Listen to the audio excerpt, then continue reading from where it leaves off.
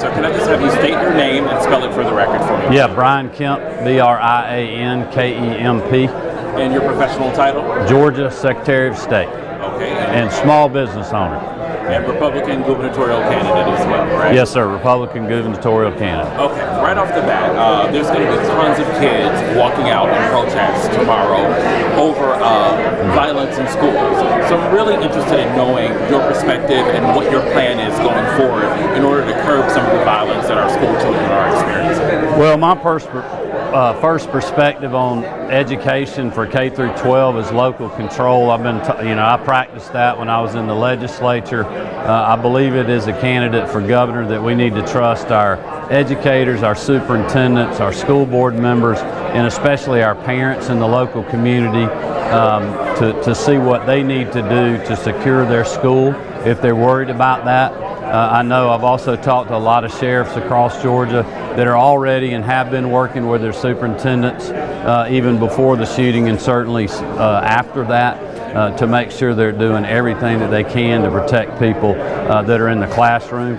I certainly will be ready to play a role as governor in the future if there is one, but really I'm not going to be one of those people that mandates something on local school systems. Okay. Well, our president is in favor of arming teachers. Where do you stand?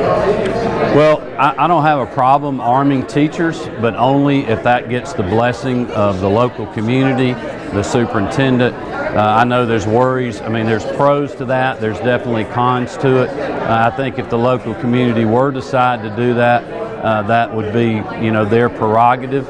But I would encourage them to make sure that those teachers have proper training to do that. But again, while I don't oppose that, I think that's something that really should be done with the blessing of the local community and the local policymakers. Okay. For those people who may be on the fence or undecided about who they're going to vote for in November, give us your pitch.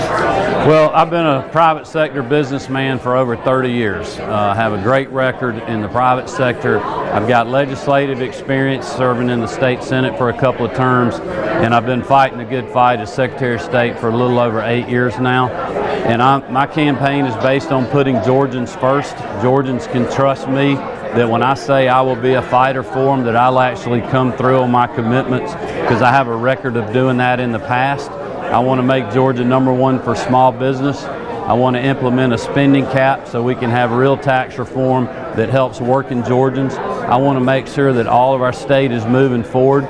Specifically, the only candidate in the race that has a plan to strengthen rural Georgia in areas that certainly are around Columbus, like getting an environment where we have high-speed internet and having somebody that will be their governor that's going to put them first ahead of the special interest, the status quo, and the politically correct. We just released a plan to help track and deport criminal illegal aliens that are causing drug epidemics in our state. They're murdering our children and our citizens, and I will be a governor that will tackle that issue.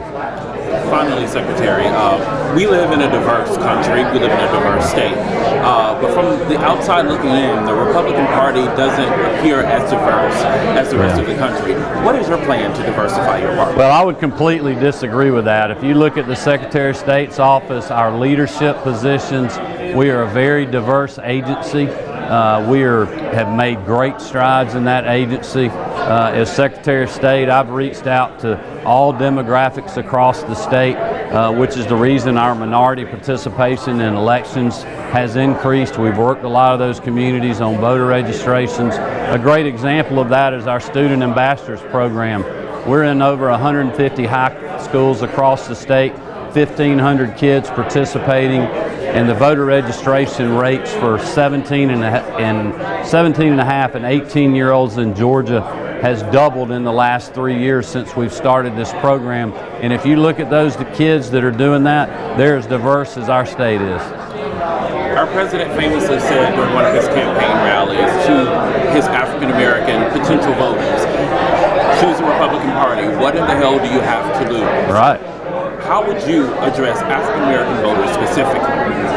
Well, I would continue to be the same person I have been. I had a construction company for 20 years. I've worked with anybody you can imagine in that field. And they have not just been working for me, I've been working side by side with them.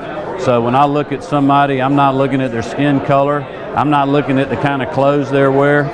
Some of those guys on that construction site, even though I owned the company in the early years, they had more money in their pocket than I had in my bank account. So I don't underestimate anybody. If they can get the job done, they can be helpful to me, and it doesn't matter what somebody's race, religion, anything else is. As their governor, I will be working hard to put them first. Thank you so very much. All right, great to see you.